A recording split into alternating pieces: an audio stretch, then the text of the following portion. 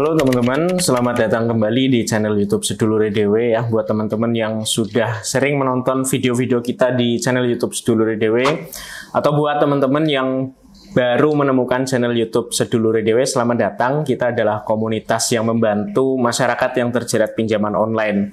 Nah, di video kali ini aku akan bahas mengenai gimana kalau kita terjerat pinjol. Nah, tentunya kita bakal bahas di permukaannya dulu ya teman-teman, atau permukaannya di video kali ini kita ringkaskan. Nah, kalau untuk lebih detailnya pastinya teman-teman membutuhkan pantauan atau pendampingan yang lebih lanjut lagi. Buat teman-teman yang mungkin tidak pernah pakai pinjaman online, mungkin lihat video ini karena saudaranya, keluarganya, atau temannya memakai pinjaman online, dan semua ya, yang pastinya yang belum kenal pinjol gitu. Itu pasti mikirnya itu simpel. Kalau misalnya terkena pinjol ya udah silakan tinggal dilunasi aja, kumpulkan uang, lunasi, selesai gitu. Ya pasti gitu ya. Simpelnya memang gitu ya. Memang permasalahan pokoknya adalah punya pinjaman. Jadi ya nggak ada solusi lain, terkesannya nggak ada solusi lain selain ya udah kumpulkan uang, dibayar, masalah selesai gitu. Cuman di lapangan nggak sesimpel itu untuk menyelesaikan hutang di pinjaman online gitu. Bagi teman-teman yang sudah merasakan pastinya paham betul apa yang terjadi, karena yang terjadi selama ini kita itu berusaha untuk mencicil atau membayarkan tagihan setiap tanggal jatuh tempo, tapi ternyata nggak selesai-selesai gitu ya. Nah, mungkin kalau kita punya uang sekaligus banyak untuk menutup semuanya, nah itu baru mungkin cepat selesai. Tapi kalau teman-teman yang sudah seperti kemarin-kemarin ya, yang selama ini udah dilakukan, membayar setiap tanggal jatuh tempo, nah itu biasanya kurang efektif teman-teman. Karena yang kita temui banyak teman-teman yang sampai jual aset, jual rumah, jual mobil, udah uang habis-habisan lari ke pinjol semua ya, sampai ratusan juta. Kadang ketutup sebagian, menyisakan beberapa. Nah, nanti akan muncul lagi atau siklusnya akan kembali seperti semula. Nah, ini memang ada penjelasan detailnya sih sebetulnya. Nanti mungkin kita bakalan bahas di next video. Kenapa sih kita selalu membayar tagihan pinjaman online tepat waktu sesuai jatuh tempo tapi tidak berkesudahan.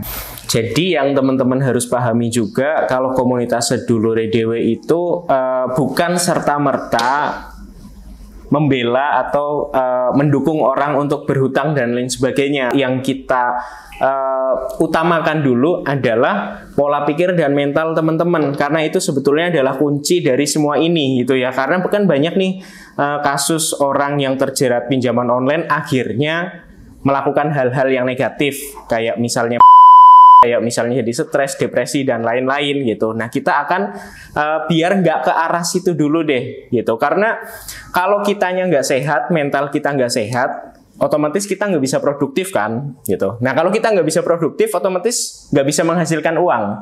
Kalau nggak bisa menghasilkan uang, akhirnya nggak bisa bayar pinjol. Jangankan bayar pinjol, buat kehidupan sehari-hari aja nggak bisa gitu loh. Nah, makanya yang kita pecahkan di situnya dulu teman-teman. Kita menata diri kita dulu nih, membuat agar kita mentalnya sehat dulu, kemudian akhirnya kan bisa beraktivitas, bisa produktif, bisa menghasilkan uang. Nah, dari situ nanti kita akan mulai perlahan-perlahan menata kembali ekonomi kita, khususnya di pinjaman online. Jadi 5 langkah dasar utama ini yang teman-teman harus pahami.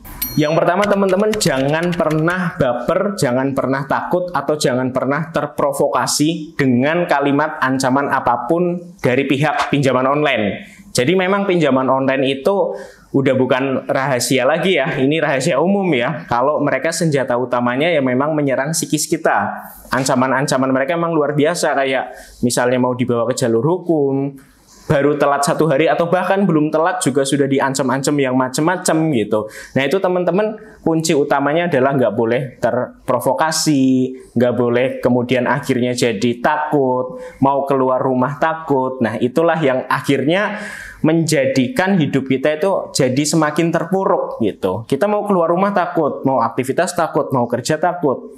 Akhirnya apa? Akhirnya jadi mengurung diri, jadi depresi, bahkan ya tadi ya sampai ada yang mengakhiri hidupnya gini. Nah, kalau teman-teman nggak bisa mengontrol di poin 1 ini, ya udah habislah semuanya, ya kan? Nggak bisa produktif, nggak bisa kerja, nggak bisa menghasilkan uang, yang nggak bisa bayar pinjol juga ujungnya gitu. Nah, jadi pertama yaitu teman-teman tidak boleh terprovokasi, tidak boleh terlalu terbawa perasaan, terlalu merasa tertekan kalau ada DC yang mengancam. Karena ancaman-ancaman dari yang DC pinjol lontarkan itu 90% itu bohong ya teman-teman. Banyak banget ancaman bohong dari mereka. Dibawa ke jalur hukum kan jelas nggak bisa ya, sering kita bahas. Kemudian misalnya mau didatengin ke rumah dengan rombongan dan lain-lain, itu juga nggak mungkin. Memang ada sebagian pinjaman online yang memiliki petugas lapangan ya, seperti yang udah dibahas di video sebelumnya juga. Beberapa aplikasi yang memang punya petugas lapangan. Cuma petugas lapangan yang datang pun itu nggak yang rombongan, nggak 10 orang, nggak 20 orang. Itu pasti biasanya cuma 1 orang atau maksimal 2 orang biasanya gitu. Nah itu ya teman-teman yang perlu banget menjadi pondasi awal ketika teman-teman terjerat pinjaman online dan mau terlepas. Terus kemudian yang kedua, teman-teman juga harus mengumpulkan bukti-bukti kalau teman-teman diperlakukan yang tidak baik. Misalnya diancam, ancaman-ancaman kekerasan, ancaman misalnya, atau ancaman-ancaman lain yang berkaitan dengan kriminal. Karena sebetulnya pihak pinjaman online itu tidak boleh melakukan ancaman-ancaman seperti itu, teman-teman. Nah, kalau teman-teman punya buktinya, ya, baik dari screenshot, misalnya chat WhatsApp ya, atau mungkin telepon, kemudian direkam, itu teman-teman simpen aja dulu. Karena itu adalah sebuah pelanggaran yang nantinya bisa teman-teman gunakan misalnya untuk pelaporan ke pihak yang berwajib. Nah, kemudian selanjutnya, kalau teman-teman memang merasa ancaman-ancaman tersebut udah keterlaluan ya, teman-teman bisa melaporkan ke Otoritas Jasa Keuangan melalui 157 atau ke email konsumen@ojk.go.id, atau teman-teman bisa mendatangi kantor OJK di kota teman-teman masing-masing. Kemudian yang selanjutnya ini nggak kalah penting juga ya teman-teman, dan menurutku ini juga yang paling penting karena banyak masyarakat yang terjerat pinjaman online itu mereka itu tidak memanage pinjaman online-nya.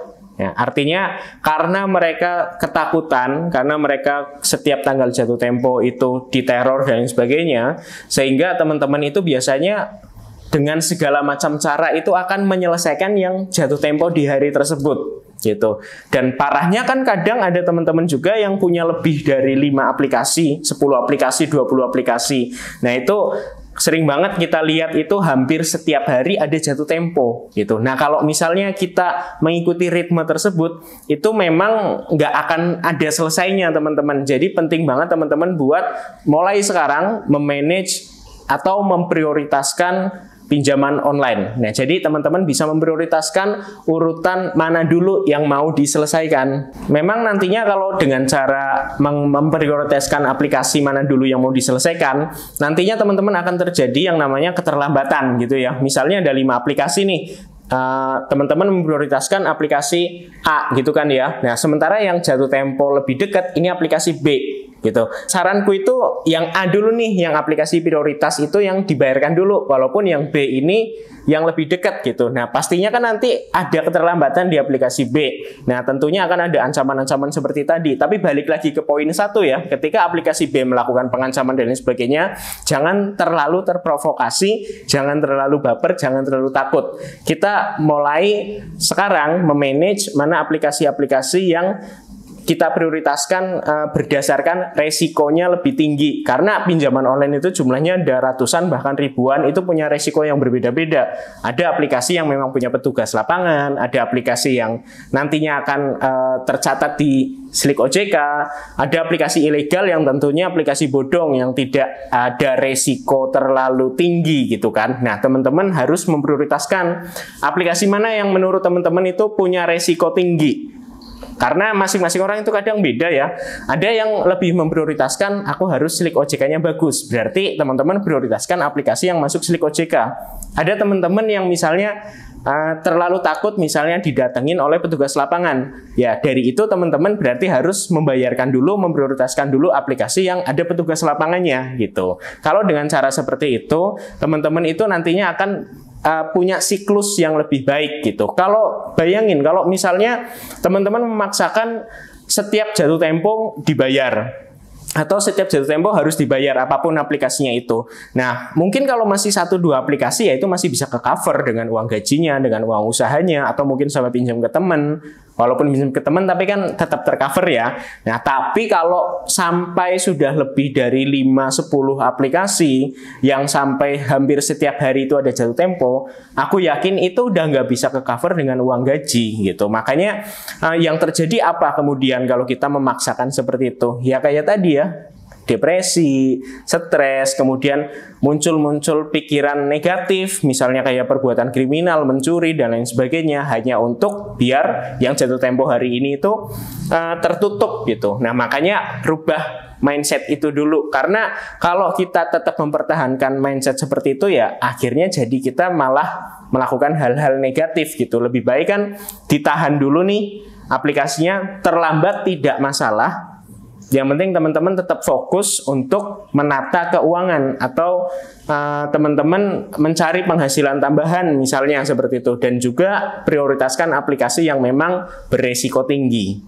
Dan yang terakhir nggak kalah penting teman-teman, itu teman-teman harus punya atau mencari dukungan. Dukungan bisa dari orang terdekat, bisa dari keluarga, dari siapapun itu yang bisa mensupport teman-teman. Nggak perlu malu ya teman-teman, mulai beranikan diri untuk jujur. Misalnya ke pasangan yang udah punya pasangan, ke keluarga, ke teman-teman punya pinjaman online di aplikasi mana saja, teman-teman jujur aja. Karena kita sangat butuh itu ya nanti untuk dukungan mental kita, untuk kekuatan kita gitu kan. Walaupun mungkin masih banyak teman-teman yang nggak pede buat cerita ya, karena takut malah semakin ditekan sama keluarga, semakin nanti dicecar gitu kan, dicecar ini uangnya buat apa nih sekian ratus juta gitu. Padahal buat teman-teman, bagi teman-teman yang terjerat, aku yakin biasanya mereka nggak menggunakan uangnya karena untuk siklus yang tadi gitu.